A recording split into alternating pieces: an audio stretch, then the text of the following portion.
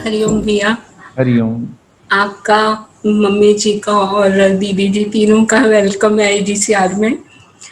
भैया, जब हर साल हम आपकी जब होली पे आपकी विजिट होती थी, हम लोग पूरा साल उस दिन का बहुत बेताबी से इंतजार करते थे। और जब मुझे याद है, जब डेट मिल जाती थी ना कि आप इस डेट को आएंगे, तब से दिल धक धक धक धक धक धक करना शुरू कर देता था। और जब तक सत्संग खत्म नहीं होता था ना उस दिन तक, वो दिल धक धक धक धक कॉन्टिन्यूसली करता रहता था। आज भी यही हालत है।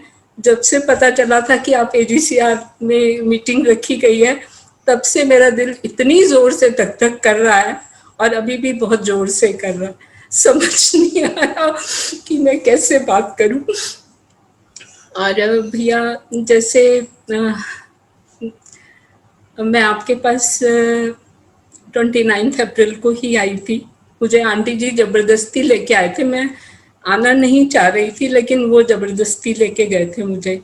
मुझे याद है, जब तक आपने बोलना नहीं शुरू किया था उस दिन, ये बहुत पुरानी बात है, जब तक आपने बोलना नहीं शुरू किया था, मुझे वहां बैठना भी अच्छा नहीं लग रहा था।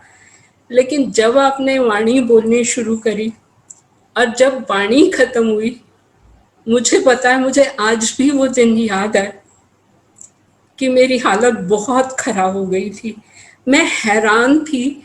मैं ये सोच के हैरान थी कि आप तो दादाजी से कभी मिले नहीं है, और ऐसा सत्संग तो मैंने आज तक कभी सुना नहीं है। जबकि इस सत्संग से मैं इतने सालों से जुड़ी हुई थी, आपके पास आने से पहले।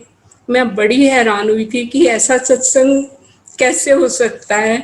और मैं सच बता रही हूँ आपको कि राजा जनक अष्टावक्र की सभा में बैठ के शायद उसने एक बार बोला होगा, अहो आश्चर्य।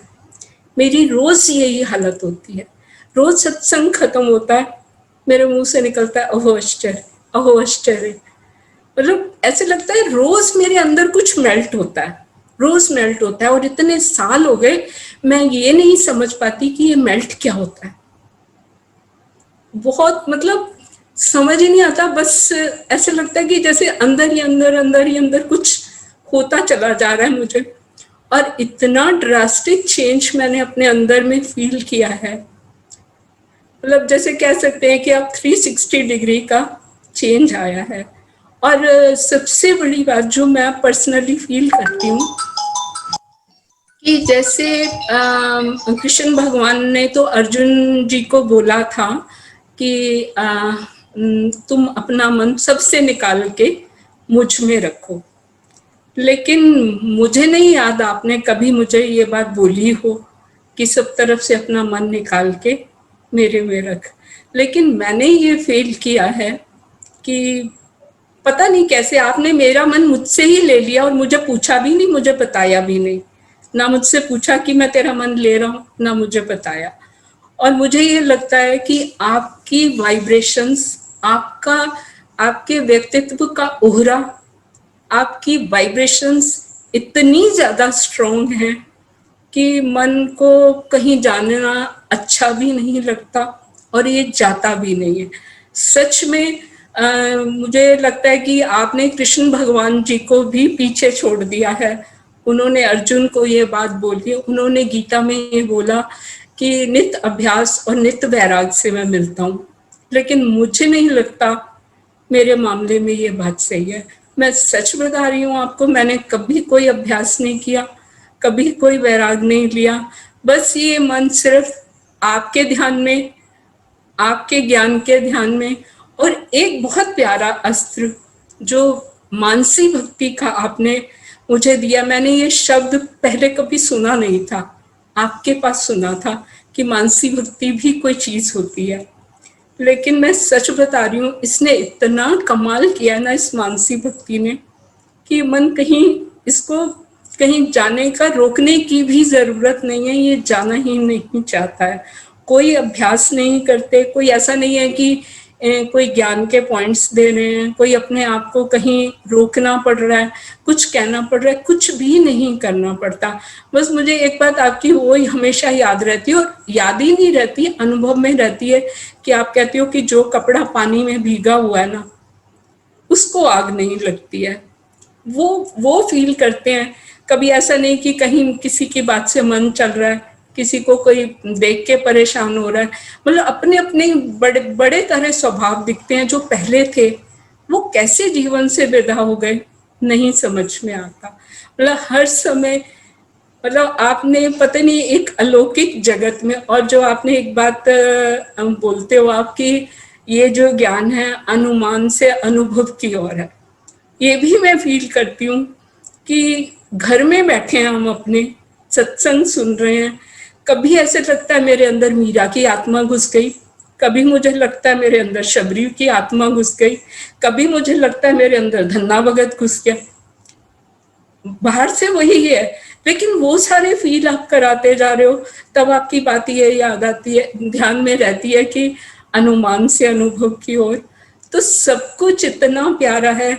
जिस दिन से कल आप बोल रहे थे ना कि दादाजी की लाइफ में टर्निंग पॉइंट आया जब उनको उनके गुरु मिले, मैं मुझे ये लगता है कि वो 29 अप्रैल जो मैं फर्स्ट डे मैंने आपका सत्संग सुना था, that was the turning point of my life. मैं कोई एफर्ट नहीं करती, कोई मेहनत नहीं करती, ज्यादातर घर में रहती हूँ तो फिल्मी गाने गुनगुनाती रहती हूँ, कोई भजन की लाइन गुनगुनाती रहती हूँ, कुछ भी करती हूँ, कुछ भी करती हूँ। मतलब बहुत मजेदार जिंदगी, मतलब कभी मैंने कल्पना नहीं की थी कि मेरी जिंदगी ऐसी हो जाएगी, इतनी प्योर हो जाएगी, इतनी स्पिरिचुअल लाइफ में जीऊंगी।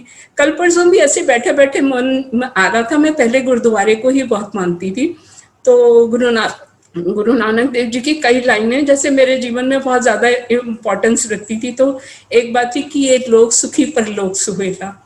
मैं सोच रही थी कि ये जीवन में कैसे उतर गई। मैं अपने आप से पूछ रही थी, बेटा तूने तो कुछ नहीं किया इसके लिए, बस फिर ना सिर्फ और सिर्फ आप ही ध्यान आते हो कि ये कमाल आप ही कर सकते हो और कोई कर नहीं सकता है। मतलब इतना अच्छा फील है और कोई शब्द नहीं है। मतलब थैंक यू कहना तो बहुत छोटा सा लगता है कि ये मतलब डिक्शनरी में मुझे आपका कहने सुनने से ऊपर है सब, सिर्फ भीतर मन कृतज्ञता में रहे। ये सब शुक्राने गुरु के हैं जिन्होंने सच में हर एक अनुमान को अनुभव बना दिया। धन्ना कोई नाम रूप नहीं है, मीरा कोई नाम रूप का नाम नहीं है, शबरी नाम रूप का नाम नहीं है, ये सब भाव ही हैं। और इन भावों को हम गुरु के सिवाय अनुभव कर भी नहीं सकते हैं। शबरी ने जो अनुभव किया, राम के सिवाय अनुभूति नहीं हो सकती थी। धन्ना ने जो अनुभव किया, भगवान की प्रेजेंस के बिना अनुभव नहीं हो सकता था। ये सब साकार के मिलने के बाद ही संभव होता है। साकार समर्थ सतगुरु मिल जाए तभी बोला बड़ी उपलब्धि हो जाती है जीवन में। साकार समर्थ गुरु मिले, साकार भी मिल जाता है पर एक समर्थ शब्द बीच में से छूट जाता है। साकार गुरु सब लोग ढूंढ लेते हैं, जो जहां सुनता है वहीं गुरु का भाव भी कर लेता है, लेकिन एक समर्थ शब्द बीच में से छूट जाता है।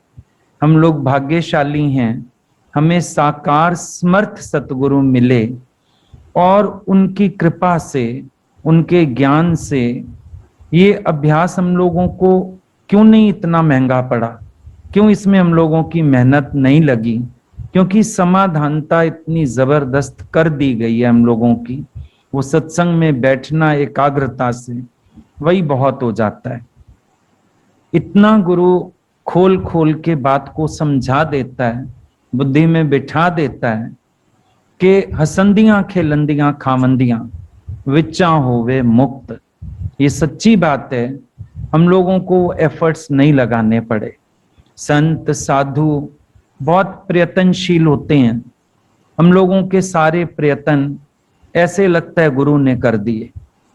जैसे बच्चे का चार्ट बनाना होता है ना, माँ बोलती है तू सो जा, मैं रात को बना के रख दूंगी, सुबह उठ के ले जाइयो स्कूल में, और वेरी गुड बच्चा ले आता है। सच में गुरु की मेहनत, गुरु ने अपना साथ दिया, प्यार दिया, इतनी समाधानता दी, हमारे अंदर ऐसे ऐसे की पॉइंट्स डाल दिए, और फिर सबसे बड़ी बात उनके औरे में, उनके प्रेम में हम बहुत सी बातों से सहज ही छूट गए। तो थैंक्स करने की आवश्यकता नहीं, पर ये शुक्राने हमेशा अंदर रियलाइज होते रहें, क्योंकि शब्दों से तो बहुत परे है उनकी कृपा। ना आप कह सकोगे ना हम कह सकेंगे। एक दो जीवा तो क्या, रोम रोम भी जीव बन जाए अगर, तो महिमा कहने से परे है। सगल धरती कागज करूं, लेखनी करूं वन राय, सरु समुद्र की मसी करूं तो भी गुरुगुण लिखा ना जाए। क्यों बोल दिया इतने बड़े बड़े महापुरुषों ने कि ब्रह्म आनंद समान ना होए कभी, धन माणिक लाख करोड़ दिया। क्या करूं गुरुदेव की भेंट, नहीं वस्तु दिसे तीनों लोकन में, पर अंत तक कृतज्ञता बनी रहे, शुक्राने बने रहें। इंपॉर्टेंट ये चीज है। हम बोलें ना बोलें, कोई गाए ना गाए, उसे फर्क नहीं पड़ता है। शुक्राने गाना भी गुरु के लिए नहीं है, पर अपने आप को अभिमान के अंधेरों में भटकने से बचाने के लिए, अपनी स्थिति को कायम दायम रखने के लिए, अपने अंदर रियलाइजेशन रहना बहुत जरूरी है कि मेरे गुरु ने कैसी कृपा की मेरे ऊपर। तो शब्दों में मत उलझो, शब्द तो कभी पूरा पड़ेगा नहीं, इश्क नहीं पूरा होता, शब्द नहीं पूरा होता, या सिर्फ आत्मा पूर्ण है, बाकी सब अपूर्ण ही अपूर्ण मामला है। उसको छोड़ो, सबको जो पूर्ण अनुभूति हो रही है, सत्य की अनुभूति हो रही है, उसको पकड़ो और अंदर हमेशा शुक्रानों में मन भीगा रहे, कभी सिर ना उठाए, कभी अहंकार में ना आए, इतना काफी है। शब्द तो सब माया जाल है, उसको छोड़ते हैं।